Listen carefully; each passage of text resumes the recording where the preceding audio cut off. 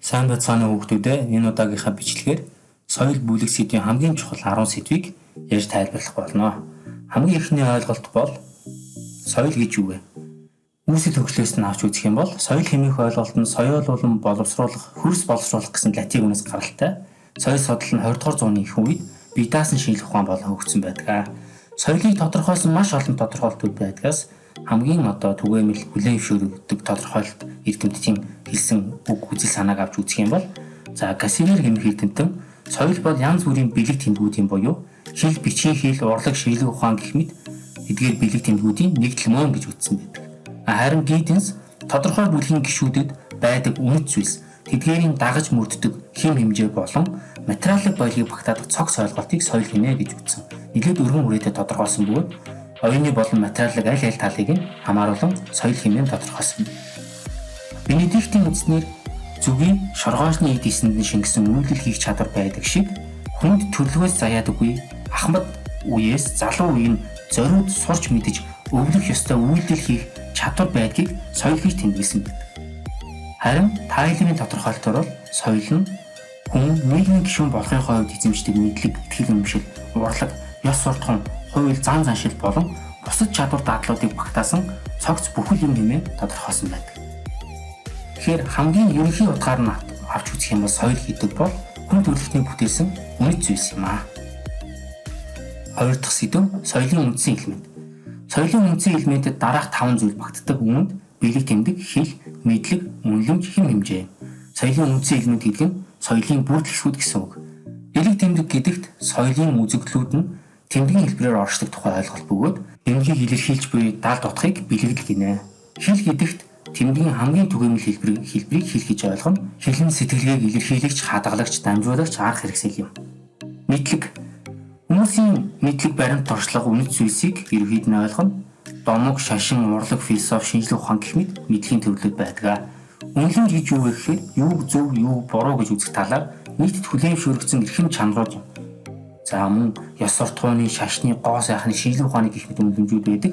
Жишээлх юм бол ёс суртахууны үнэлэмж гэвэл сайн муу, шашны үнэлэмж гэвэл буян нүгэл, гоо сайхны үнэлэмж гэвэл сайхан муухай, шинжлэх ухааны үнэлэмж гэвэл үнэн, бодол гэх мэт.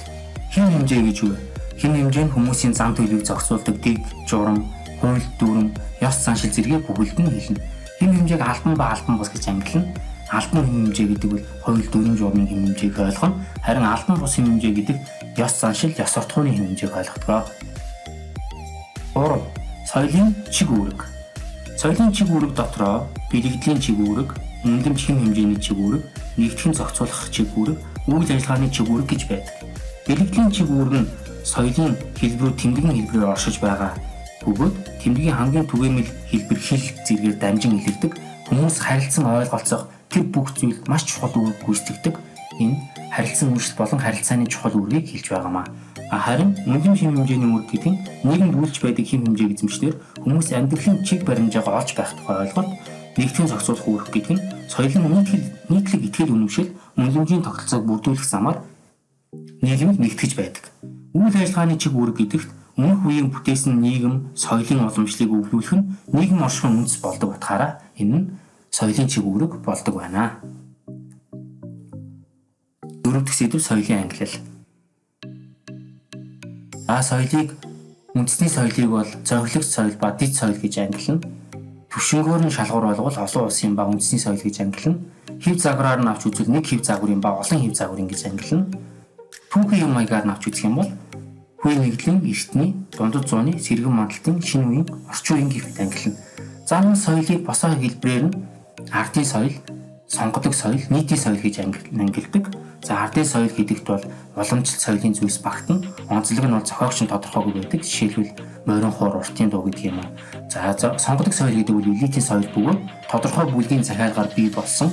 Тухайн соёлыг ойлгоход тодорхой түвшний бэлтгэл шаардлагадаг ийм соёлыг хэлэн. Жишээлх юм бол уран зураг, дөөр гэх мэт. Харин нийтийн соёл гэдэгт хүмүүсийн хамгийн түгээмэл дэлгэрсэн соёл бөгөөд 20 дугаар зуунд телевиз, радио зэрэг хэв мэдээллийн хэрэгслийн үүсэлтэй холбоотойгоор нийтийн соёл маш хүчтэй хөгжсөн гэж үздэг.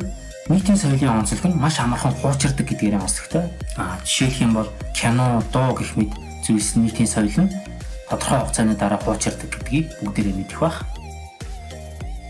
Соёлын шинж. Соёлын шинж дотроо хамгийн түрүүнд соёлын нэгдмэл шинжийг авч үзэх юм бол аливаа улс орны соёлын нэгдмэл үндэс буюу тухайн соёлын язгуур үндэс зүйлсийг хэлнэ. Тухайлбал Монгол соёлыг тээгч язгуур үндэс зүйлсэд Монгол аж төрхөөс их хэл, ам болон бичгийн соёл, ардын соёл, төр ёсны уламжлал, дуу бүжиг наадам, хоригдлуулсан мэдлэг, ёс заншил зэрэг олон зүйл харна. Соёлын түгээмэл шинж. Дэлхийн нийтийн олон янзын соёлд нийтлэг ерөнхий шийдэмдэг ажиглагддаг бөгөөд энэ байдлыг соёл судлал, соёлын түгээмэл шинж гэсэн ойлголтоор илэрхийлдэг. Америкийн антропологч Жорж Мердок хүн төрөлхтний соёл байдаг түгээмэл загварын тухай үзэл баримтлаг боловсруулах орлого хийсэн байдаг.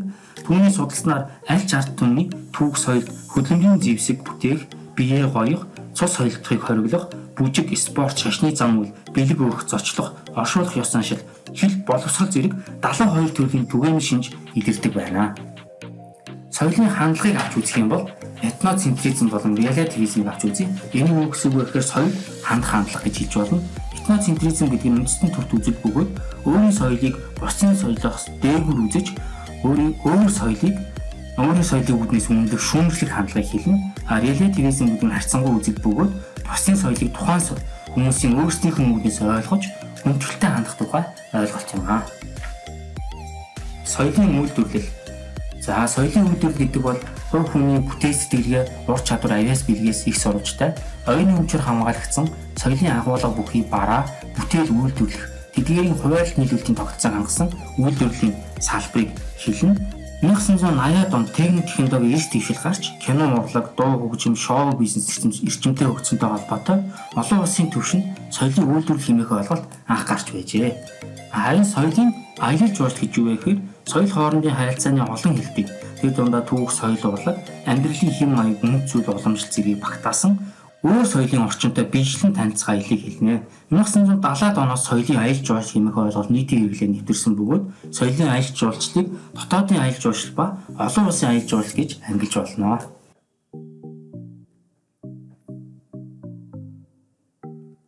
Соёлын даяаршил. Зам харилцаа, эдийн засгийн харилцаа, мэдээлэл харилцааны хөгжлийн үндсээр тусгай соёлууд дэлхийн нэгдмэл соёл нэгдэн ирэх явцыг хэлнэ. Соёлын харилцан өөрчлөлт гэдэгт соёлын солилцоо, соёлыг хуулбарлан дуурайх, соёлын толгой зэрэг хэлрүүд хамаарна. Соёлын даяаршил хэмээх ойлголт соёл судлал 1980-аад оны төгсгөлөөс бий болжээ. Соёлын дархлаа гэж юу вэ? Соёлын дархлаа гэдэгт өөрийн үнэт зүйлээ хамгаалж, оршин тогтноо бэхжүүлэн батгаажуулах чадварыг хэлэх бөгөөд өөрөөр хэлбэл соёлынх нь өвөрмөц байдал болон бусдаас ялгарх онцгой хэм маягт гадны нөлөө орж өөрчлөгдөх, эсвэл соёлын тулгаалтаар устгах орлого гарах тохиолдолд бүр хариу үзүүлэх чадвар юм. Харин соёлын адилсал гэдгийг дараагийн сэдвүүдэд авч үзье. Соёлын орон зай. Соёлын орон зай нь соёлын үнэлэмжүүдийн харилцан нөлөөллөөр бий болж байдаг орчин бөгөөд улс үндэстэн хүмүүсийн хамтын мэдрэмж. Кибер орон зай. Кибер орон зай гэдэг нь компьютер технологи захин сүлжээнд суурилсан соёлын харилцаа нөлөөллөөр бий болж буй хамтын мэдрэмжийг хэлнэ. Энэ утгаар нь аваад үзвэл кибер орон зай маш өргөн цар хүрээг хамрах боломжтой юм аа. Соёлын адилсал. Ард түмэн өөрийн соёлын хэмжээ, зан үйл, хэл, үнэлэмжийн баримжаалыг ухаарч ойлгох, тэрхүү соёлын байр сууриас өөрийгөө ойлгох, тухайн соёлыг тээгч гэдэг ухаарах байдлыг соёлын адилсал гэнэ. 1970-аад оны 2 дугаар хагасаас адилслын тухай ойлголт нийгэм хүмүүлийн ухаанд хэрэглэгдэж эхэлсэн. Соёлын адилсал хэмээх ойлголтыг манай судлаачид соёлын ижилсэл, соёлын өөрөншил, соёлын өвөр төрх гэх зэргээр нэрлэх нь байдаг. Дараагийн сэдэв соёлын эрх чөлөө.